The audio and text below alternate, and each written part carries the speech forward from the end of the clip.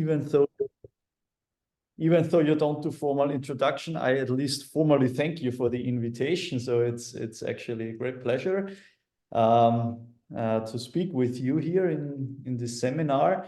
So it's a beautiful day in Vienna. You can see it because the window is on this side. But so what I'm going to talk about today is, so that it fits in the topic of the seminar about an application of hyperboloidal coordinates that we did in the context of singularity formation for nonlinear wave equations. So this is not about the Einstein equations directly, but it's about a problem that's actually motivated by formation of black holes in some sense and singularity formation in general for hyperbolic evolution equations. And we are studying kind of probably the simplest model you can cook up that shows this behavior, and still there are many questions open, but I will try to explain this to you. So this is, of course, so I should say I'm a mathematician, so this is a math talk, and there are probably too many. It's probably a bit too technical in the later part, but I'm gonna skip most of this and try to give you an idea what's going on and not so much on the technical details, of course. So this is based on a paper. So by now this has become some kind of a mini industry. So the first time we did this is already a while ago. So the paper is from 21. It was published in 21, but it was done a little earlier, of course, by myself, by Pavel Biernat, and by Birgit Schörkhuber from Innsbruck. But by now, so my PhD students keep developing this, and substantial extensions have been recently done by my student Matthias Ostermann, and I'm going to talk about this a bit. Okay, so what is the story about? So the thing is, we want to study nonlinear wave equations like the Einstein equation is in a suitable coordinate system. But of course, the Einstein equation is way too complicated for what we are trying to do. So we want to study simple nonlinear wave equations, which on the other hand have a geometric interpretation. So it's not supposed to be random nonlinear wave equations. So and what it turns out that a very rich source of interesting models is the wave maps Lagrangian. So what you do is, so in physics this is called the SU2 sigma model and has its origins in particle physics in the 1960s, and in math they are called wave maps. So that's what you consider is, you consider a map U that maps from Minkowski space. So this is the R1d comma eta here. Eta is the Minkowski metric into some manifold, and you define the evolution equation by looking at an action as it's supposed to be in physics, right? So you write down a Lagrangian, and this is the Lagrangian here. So this is a very clear geometric meaning. So it's actually the pullback of the target metric under the map U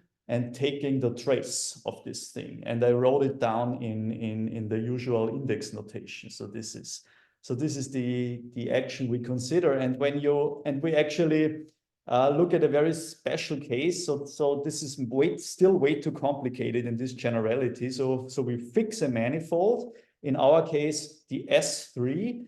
And in addition to that, we look at very special symmetry class of maps. So we put an ansatz into the Euler-Lagrange equation of the following form. So on Minkowski space, we take the usual TR theta phi spherical coordinates, and we look at maps that map the angle theta and the angle phi that also makes sense on the 3-sphere identically, and only the psi angle, which is the one that goes from the North Pole to the South Pole, if you will, this one has a non-trivial dependence on the coordinates on T and R. And it turns out that this ansatz is indeed compatible with the wave maps equation. And when you plug this in and do the computation, you end up with a very simple scalar nonlinear wave equation. And this is the one here, which is called equation 1. So the only dynamical variable is the psi. And you see here on the left-hand side, so the linear part is just the free wave operator written in spherical coordinates in 3 dimensions, acting on psi. And then you have a nonlinearity, which is the sine of 2 psi over r squared. Okay, so this is a typical geometric nonlinearity, of course, and this is the equation we want to study. So as simple as it can get in a sense, but still so complicated that I spent the last 15 years studying this equation, and I'm still studying it among other things. But okay, so the first observation is that this is a so-called energy supercritical equation. So I don't want to make this too precise, but it essentially says that this equation has a conserved energy, but for studying the Cauchy problem, this energy is useless because the energy, as you know, as a typical energy, it's basically H1, so it controls the L2 norm of the first derivatives. And this is not strong enough for a local well-posedness theory for this equation. So this equation is not locally well-posed in H1. You need at least 3 half derivatives. Actually, you need 3 half plus derivatives for local well-posedness. So the energy is not enough to control the evolution. And this means that it's in principle possible that even though the energy is conserved, singularities form.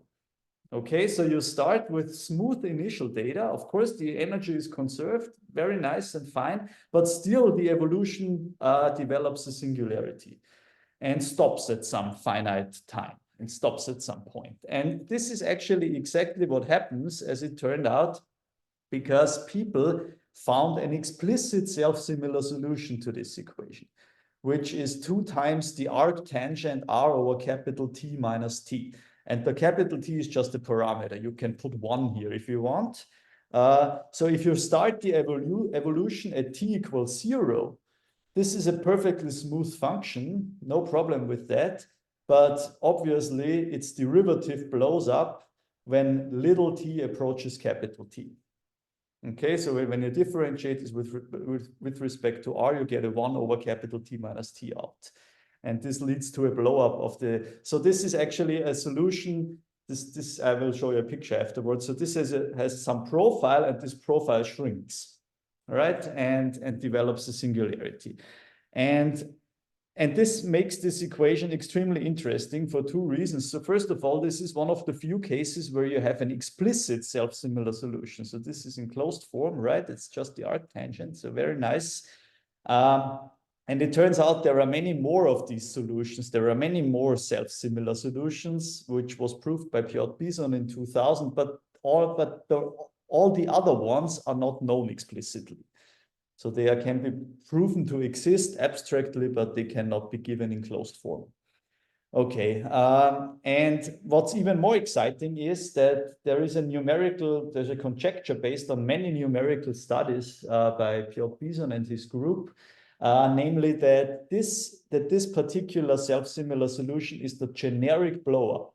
So meaning, whenever you start, so imagine you're doing a numerical experiment, a numerical simulation, you start with small data. What happens is, well, nothing, basically, the evolution disperses, right? And everything goes to 0.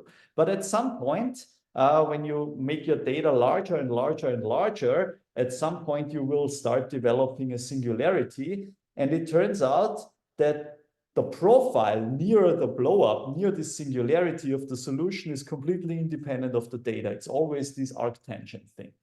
Okay, so whenever you prescribe large enough data, regardless what form, they will blow up. They will lead to an evolution that blows up, that forms a singularity after finite time.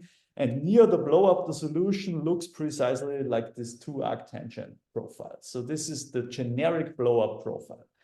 And this is a really exciting universality property of this equation that one would like to understand mathematically. And just to probably disappoint you now, we are very far from understanding this, very, very far. Okay, so this is just a technical remark. So there is also a different type of blow up in these things that does not occur here for this equation, but that's not important for what I'm trying to say. So as I said, we are very far from understanding this, but what we at least understand now is the nonlinear asymptotic stability of this blow-up profile. So what we can show is that when you start close, so remember, so we have these two arctangents, right? And when you look at this two arctangent at t equals 0, you get the initial data that lead to this solution, obviously. And when you perturb this initial data a little bit, then we can show that you still blow up via this arctangent profile. So this is a much weaker statement than saying that it's the generic blowup, because the generic blowup has no smallness assumption, right? The generic blowup says, give me some arbitrary data that are sufficiently large, then you will run into this arctangent blowup. What we can prove is, as a result of many works over many years, is if you are already close to this profile in the initial data, then you will run into this blowup. So this is a very weak version of generic blowups, the nonlinear stability, nonlinear asymptotic stability. And so this is a series of works that started in 2011, basically, and the last result of this type is from 2023. So why can you write so many papers about this problem? Well, because there are different setups and different spaces you can study this. But let me just give you an idea of what we actually prove. So the kind of results we prove is the following.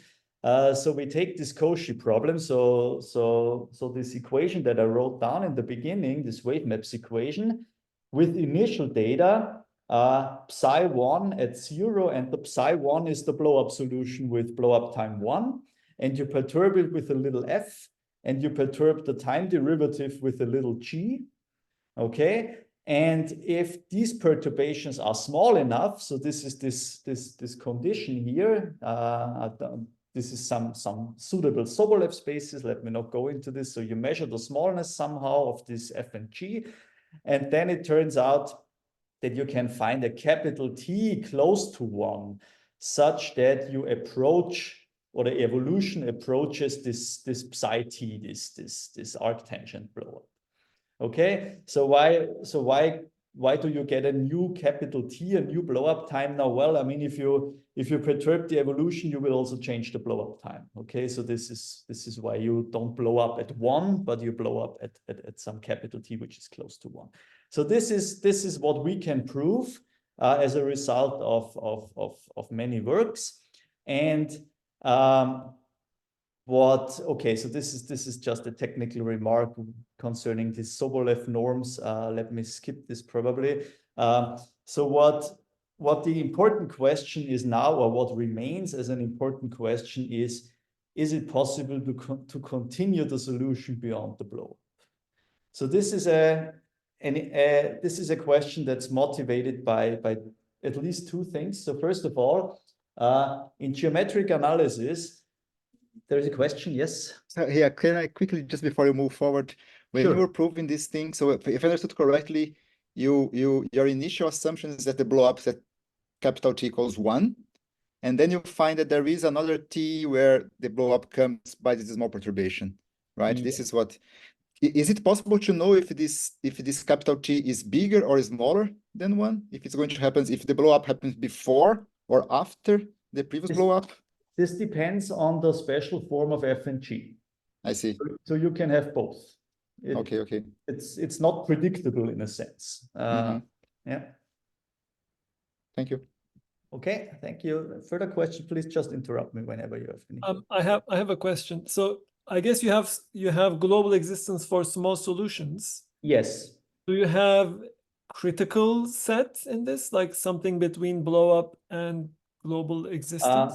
It depends what you mean by to have. So numerically, yes, there are conjectures. Rigorously, nothing is known. So the numerics conjecture, also based on numerics by Piotr Bison, is that at the threshold, when you go from dispersion to blow up, at this threshold there sits another self-similar solution, namely the one with the, so if you recall, so there are these Fn profiles. This arctangent is the F0 if you want, And then there is a next one, which you could call F1. And this is the one that sits at the threshold, as it turns out. Yeah, but this is a different problem, which I'm not talking about today because nothing is known rigorously about this threshold behavior. Okay. Yeah, But the idea is that those are not generic. Yes, exactly. The idea is that they are codimension 1 stable in some sense, okay. Right? Whereas this one is the stable one. Thank you. Okay. All right. So this was this. So, okay, continuation beyond blowup. So why would you be interested in this? Well, so there are at least 2 motivations. So one motivation comes from geometric analysis. So in geometric analysis, you often have the problem that you want to construct some solutions to a certain elliptic problem, and you do so by looking at the heat flow of this elliptic problem. And the heat flow has the property that it typically smoothes out things, so you expect that the evolution converges to some solution of the elliptic problem, to some static solution. The problem with this is also the most famous examples are the Ricci flow or mean curvature flow or inverse mean curvature flow. So these things are heavily studied in geometric analysis, and they always have the issue that their evolutions produce singularities like this one. But still they want to flow past the singularity and continue until they reach something interesting, until the things settle down to some static solution. So this is the idea.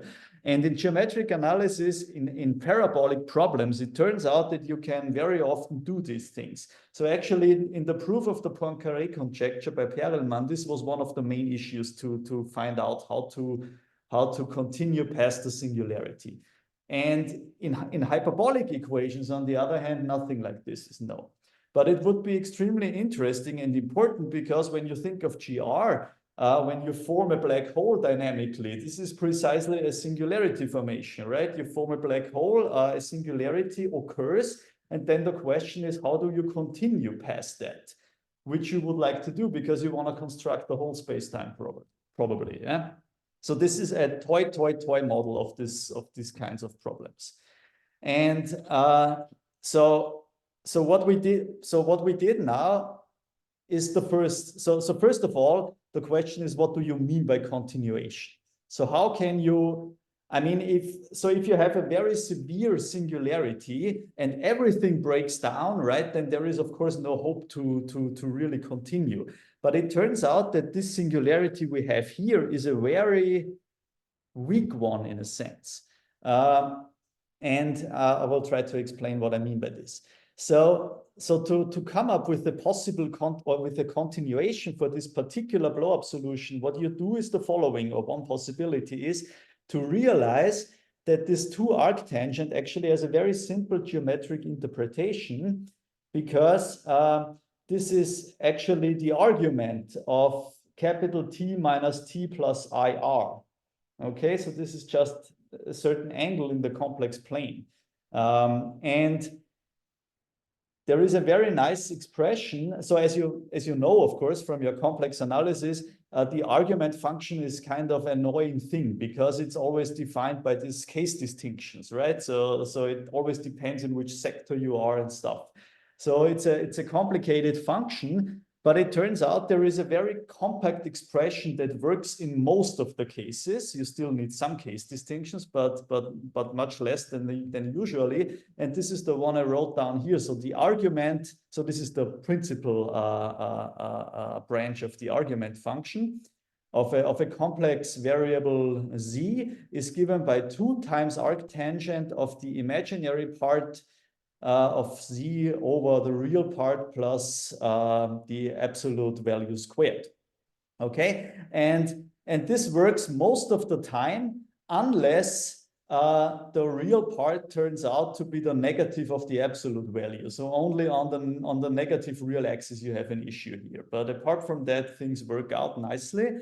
And using this observation, so this is just a consequence of identities of trigonometric functions.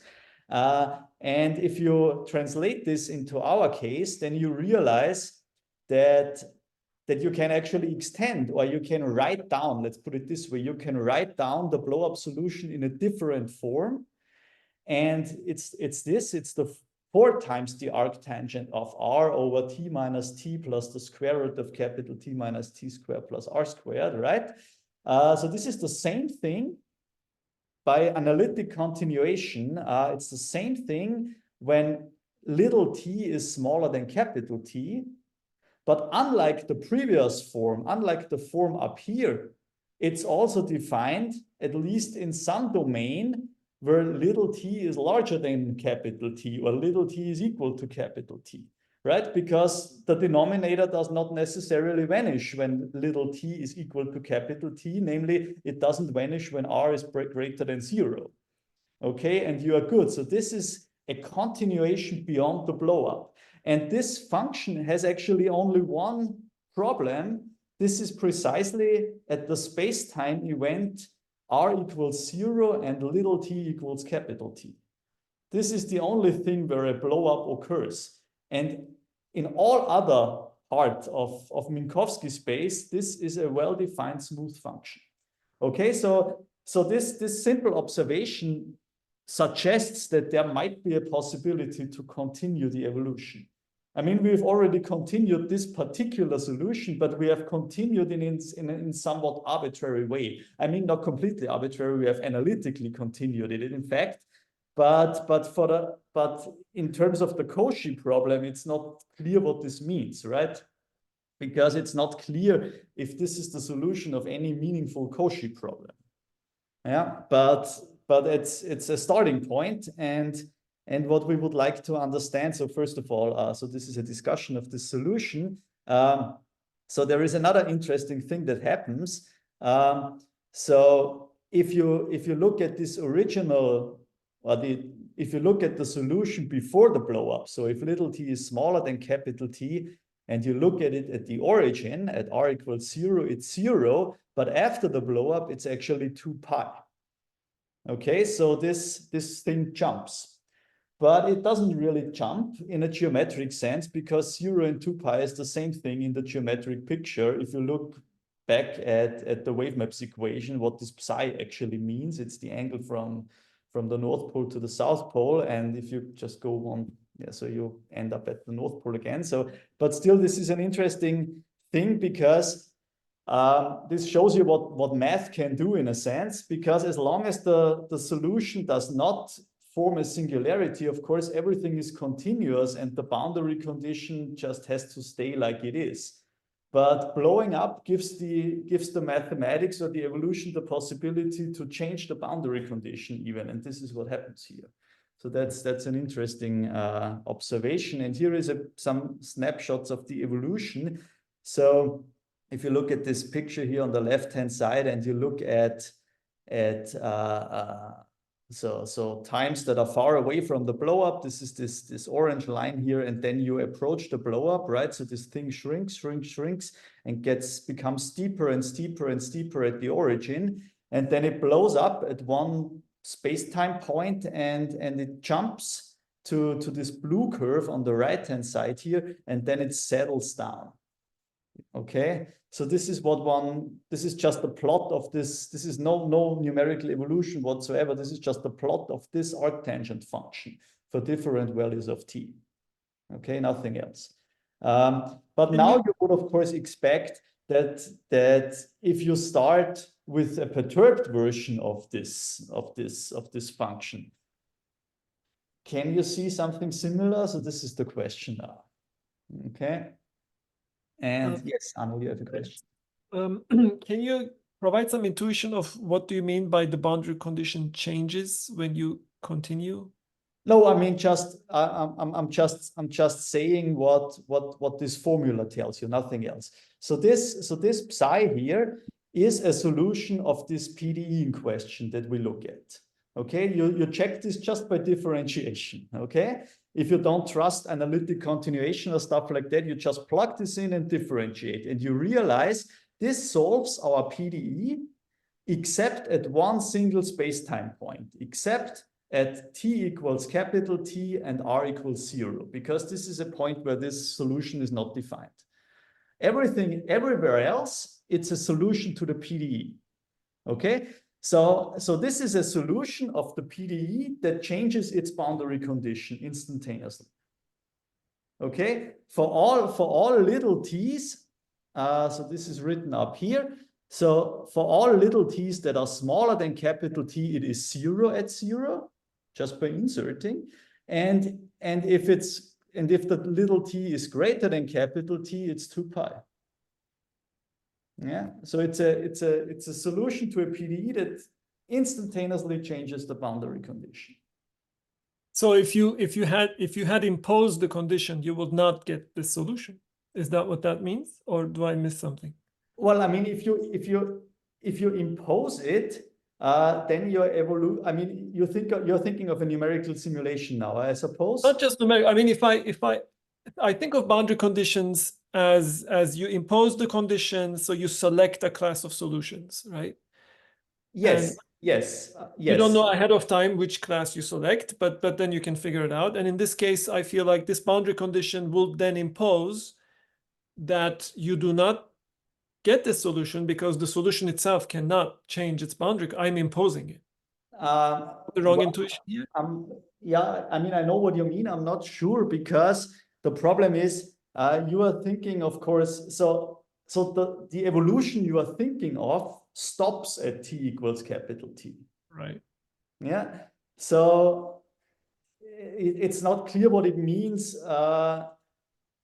Right. So the evolution of this particular solution is not continuous. So it's not clear, as you say. I mean, you're absolutely correct, and this is exactly what I tried to say. Somehow it's not clear what this means in terms of the Cauchy problem.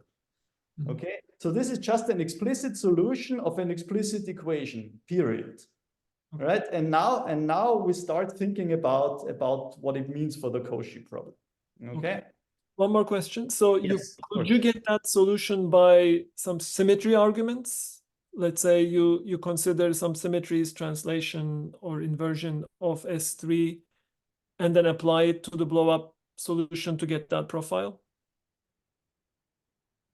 I'm not aware of this. I don't think so, but I cannot exclude this. So I don't know. I don't know. I mean, so far this is really just a very simple algebraic exercise. So there is no geometric input in this argument, but this is just an observation. So we have this solution, and that's it. And okay, so what we would like to understand now is in what form or what, so how do I put this? So what features of this solution are stable under perturbations, and in what sense can you look at this mathematically? And this is what I would like to show you now. And in order to begin with that, I would like to kind of say that so whenever you study self-similar solutions, and this is a self-similar solutions, what we typically do is we introduce adapted coordinates. We introduce similarity coordinates, and these are coordinates that take the self-similar variable, which is x over capital T minus t, as a new space variable. So this is something very natural because it makes self-similar solutions static in the new coordinates, right? And then you can study the stability of static solutions. This is something that's much more convenient. And so we take a new space variable xi, which is x over capital T minus t, and then there is a miracle happening. So it turns out there is an associated new time coordinate tau, which is minus log t minus t, which makes the resulting equation autonomous. So if you plug in this transformation, you get an equation that still has coefficients that do not depend on tau. Okay, this is the miracle. Yeah, and but the problem, and in these coordinate systems, these are the coordinate systems we used to prove the results that I showed you, basically. So what we did is we proved that the static solution that you have now is stable by spectral theoretic arguments. Okay, so this was basically the roughly speaking the proof that we came up with. But of course, so these similarity coordinates have a huge problem when you approach the blow-up time, obviously, because then your coordinate xi is no longer defined. So with these coordinates, you can never go beyond time capital T. And what we realized, or what we did in this paper with Pavel and with Birgit, was first of all to identify the geometric problem that you have, namely that the slices tau equals constant are flat. And this is the reason why you cannot go beyond the blow-up time. So what happens if you start curving the slices? And then you very naturally end up with hyperboloidal coordinates. And you actually end up with a coordinate system that we call hyperboloidal similarity coordinates that are defined as follows. So we introduce a new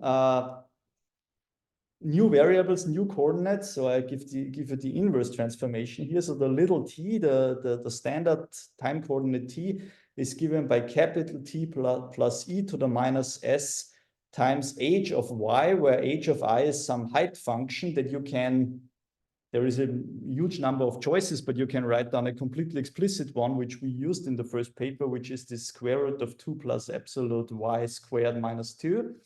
And for the y variable, or for the x variable, you use e to the minus sy.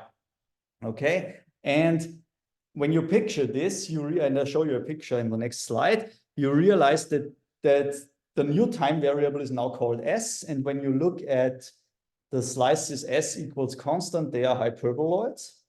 Yeah, they are asymptotic to different light cones. This is the way you like it. Yeah, they are not asymptotic to the same light cone. Yeah, so this is the nice thing that foliates null infinity the way you prefer to do it, and that's the correct way, in my opinion. But what's more, these coordinates are also compatible with self-similarity, meaning that this self-similar coordinate x over capital T minus t is independent of s. So it's minus y over h of y. Okay, so these are also similarity coordinates. So they are hyperboloidal and they are compatible with self-similarity. Okay, and actually, and this is the nice thing why we're doing this, they cover a large portion, a much larger portion of space-time than the original similarity coordinates. And actually, you can make them cover a portion that gets arbitrarily close to the Cauchy horizon of the singularity. So everything, I'll show you a picture in a second, everything that's causally disconnected from the influence of the singularity can be covered by these coordinates. Okay, and here is the picture. Okay, so let me explain what you see here. So this fat dot here is the blow-up point. This is the point capital T0 where the singularity forms. This dashed line emerging from there is the forward light cone of the singularity, so the Cauchy horizon of the singularity, as the relativists call it, or would call it. So these hyperboloids here are the slices s equals constant, and the straight lines emerging from the blow-up point are the slices y equals constant. Okay. And this dashed line here downstairs is the backward light cone of the singularity. And the backward light cone of the singularity is actually the domain that's basically covered by the old similarity coordinates. So we hugely extended the domain by this choice of coordinates. And in fact, we cover a domain that's after the blow-up, right? I mean, causally disconnected from the singularity, yes, but still after the blow-up time. So that's the exciting thing of these coordinates. And writing down such a coordinate transformation is one thing. Doing analysis and whether this is possible, doing analysis in these kinds of coordinates is a different thing.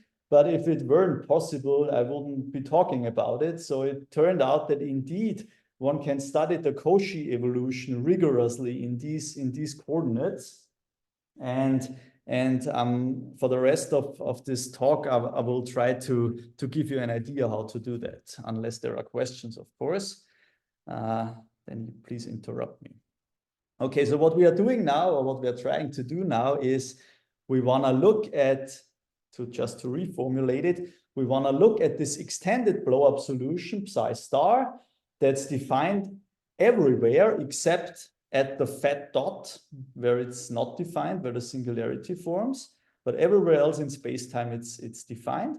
We would like to look at it, let's say, in a first version, at the initial hyperboloid, where we prescribe our data, and we perturb our data a little bit, and we would like to study the evolution, the corresponding evolution, and prove that this solution is still stable in this setup, which would mean that we extend the stability, the domain of stability, tremendously compared to the original stability theorem that only holds in this tiny little backward light cone here.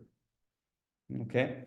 One Yes. question. Do you have to map the initial data to like a Cauchy data to make your argument, or is that irrelevant? Okay, a very good question. This is the second step. I'm also going to talk about that. So of course, you can insist on describing your initial data at t equals 0. And then you need another step, of course, to get from there to the first hyperboloid. And from there, you start the hyperboloidal evolution. So this is also what I'm going to explain, what we are doing. Okay. And actually, there is something that's much more elegant, but I'm going to mention this later.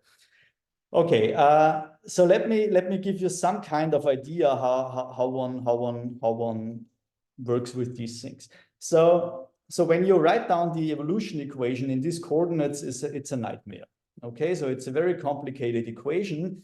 You have no idea how to work with this. So what we actually did is we started at the simplest possible case you can think of, and that's the half-wave equation. Okay, so we just look at so as you know, the one-dimensional wave equation is the product of two transport equations, and we start with one of the transport equations. So we start with dtu minus dxu equal to 0. And we try to understand this equation in the hyperboloidal similarity coordinates. That's kind of step 0. If you can't manage to do this, then you have to give up.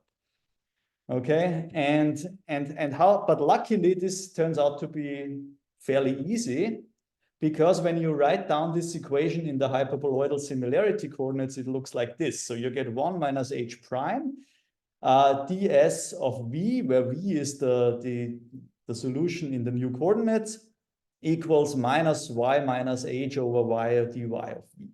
Okay, and this, as you immediately see, of course, this equation has the nice feature that this factor here is the derivative of the factor on the other side. And this is convenient because you can test now this equation with v minus and just integrate by parts, and you get an L2 bound for the evolution. Very simple. So you just multiply by v minus, integrate by parts, and end up with this bound.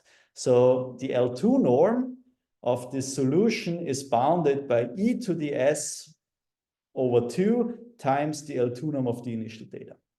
Okay, so now you might say this is rather useless because this is just an exponential bound, but this has a reason and it will work still.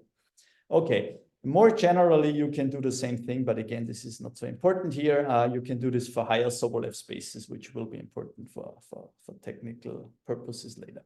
Okay, so this is the half-wave equation. This turns out to be sharp, by the way. This is a sharp bound, so you cannot do better than that. Okay, now you realize, as I said, that the one-dimensional wave equation, dt squared minus dx squared on u equals 0 is actually can be factorized, as you know, in these two half waves.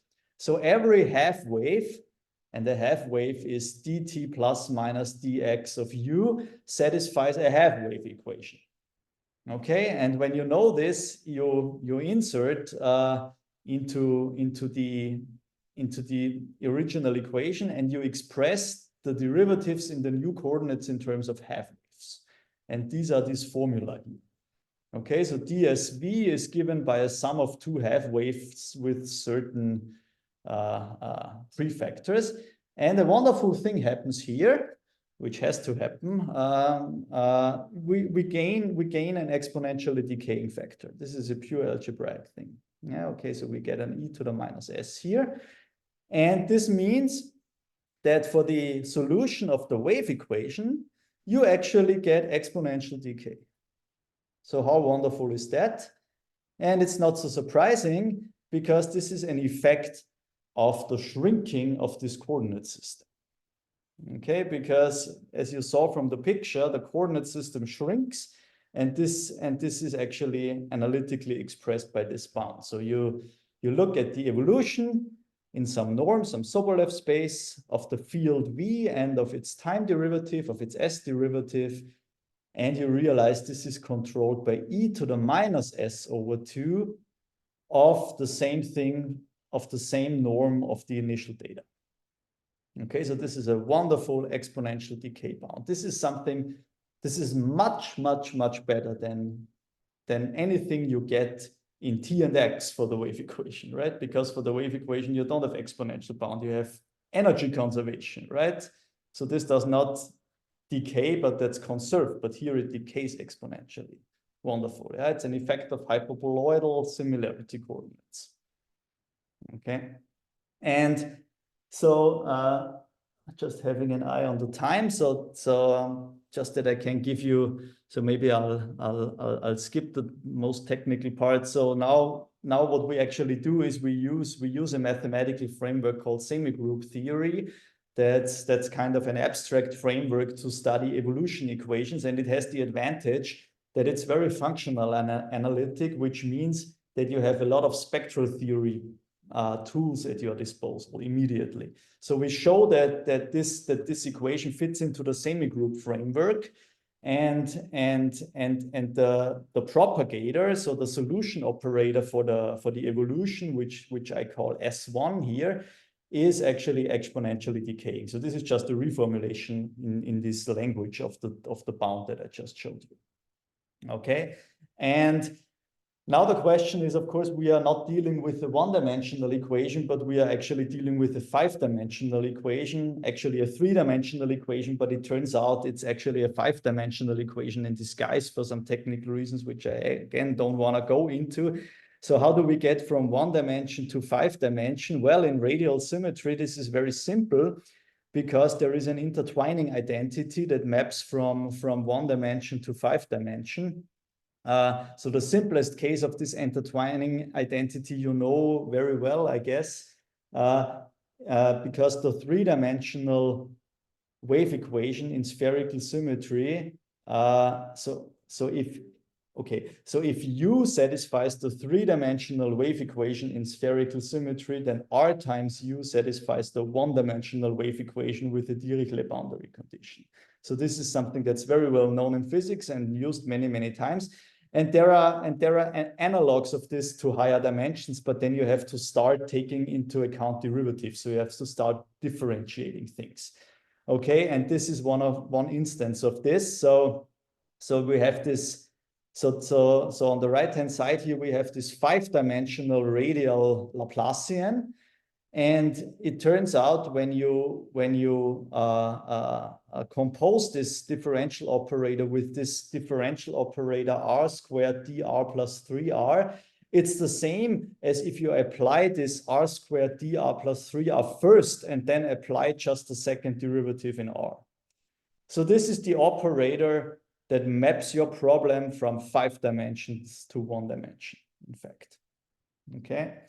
And you can translate this knowledge to this semigroup language and come up with the corresponding operators in the functional analytic formulation to actually reduce everything back to what you already know. And therefore, we also have knowledge about this 5-dimensional evolution now from our knowledge of the 1-dimensional evolution. Okay. And so what do I say next? Okay, and then you look at the blow-up solution in this language. So the blow-up solution that we are studying is this extended one now with this arctangent formula that I have shown you. And when you write it in this similarity coordinates with S and Y, then as it's supposed to be, you realize that this becomes a static solution. Okay, it's 4 over absolute Y times the arctangent of absolute Y over square root of Y squared plus H squared minus H of Y. Okay, so this is a solution that's independent of S. So in this new coordinate system, it's a static solution as it's supposed to be.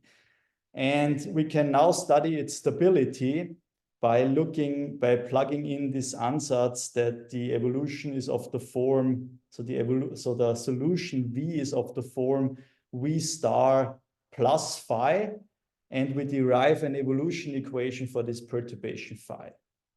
And what we then do is we then show, so I don't know how much time I have left, probably close to none, I guess. So what's the usual, is it 50 minutes or am I already over time? I don't know what your standards are. Yeah, we do, I mean, take another 5 minutes. We do about 45 minutes. Okay, okay, perfect. Yeah, then I take another 5 minutes and try to rush you through this, which probably doesn't make too much sense, but let me still try. Okay, so we derive an evolution equation for this perturbation phi, and then we use spectral analysis tools to actually prove that first of all, okay, so yeah, here I have it. So here is this evolution equation for this perturbation phi. It's of the following form. We write it in first order form, so that this is a vector now. And the components are just phi and S derivative of phi as usual, as you rewrite the second order equation in the first order form. And then we have a linear operator acting here on the phi, and then we have nonlinear terms, of course, right? So this linear part now, so when you ignore this nonlinearity at first, then this linear evolution equation needs to be solved, and we solve this by spectral theory tools that we have at our disposal because of the semigroup formulation. And we actually prove that solutions to this equation decay in a suitable sense, and then we do a fixed point argument using the Duhamel formula to include the nonlinearity and to finally prove that the whole evolution actually decays. So that's roughly the idea. Things are a bit more complicated than that because, first of all, there is still this parameter capital T, so the blow-up time, which is in our coordinate transformation. So this is still a parameter that needs to be fixed. And this also needs to be fixed dynamically. So it's not clear from the initial data what the blow-up time will be, because this is a self-interactive effect, right? So this just accumulates to a certain thing. And therefore, we also have to include into our fixed point argument the actual choice of capital T. So in some sense, we dynamically adapt the coordinate system to the evolution. Okay, and this is handled analytically in the form of a fixed point argument. Yeah, and so this is one thing, and I cannot go into more details here, unfortunately. And the other thing is, and for this I probably only show you a picture, as Anil already. Okay, so there is also another thing. One has to solve the spectral problem. So one has to compute the spectrum of this operator, of this linear operator. And this turns out to be a very, very hard problem, which took a lot of time, but we solved this finally. And with the help of Irfan Glogic, I should mention. So Irfan is the one who actually developed an ingenious method how to solve these kinds of spectral problems rigorously. And finally, let me show you a picture here. So you might be satisfied with this hyperboloidal evolution, and I would be actually, but one can also insist on describing the initial data at t equals 0, of course, and then one has to get to the first hyperboloid. And what one can do is, so you look at the initial data at t equals 0, and you perturb them a little bit here. And then, since this is a large since these initial data are large, you can, of course, not evolve them very far by the standard well-postness theory, but you can evolve them a little bit, and if their support is not too large, then you can actually evolve them backwards here to this first hyperboloid, and once you have them there, you can restart the evolution in a sense from there to the future. So this is what we are doing. But it turns out that one can do something much more elegant, and this is what my student Matthias Ostermann worked out. So you can actually deform the hyperboloidal similarity coordinates. They can then no longer be given by an analytic function, but this doesn't matter. So you just start with coordinates that are flat, and only very far out they go up, approaching the light cone. And then whenever you have compactly supported data, but regardless how large the support is, you can directly hyperboloidally evolve them. And you can actually skip this step of first evolving, of first solving a standard Cauchy problem to get your initial data on the hyperboloid. Okay, so this is the latest kind of implementation of this, which is in a paper that's currently being written up. It's his PhD thesis, and it's gonna be finished soon. And I'll stop here because I took enough of your time already. And thank you very much for your attention. And if you have any questions, of course, please, you're welcome to ask. Thank you. Thanks, Roland. I'm gonna stop the recording.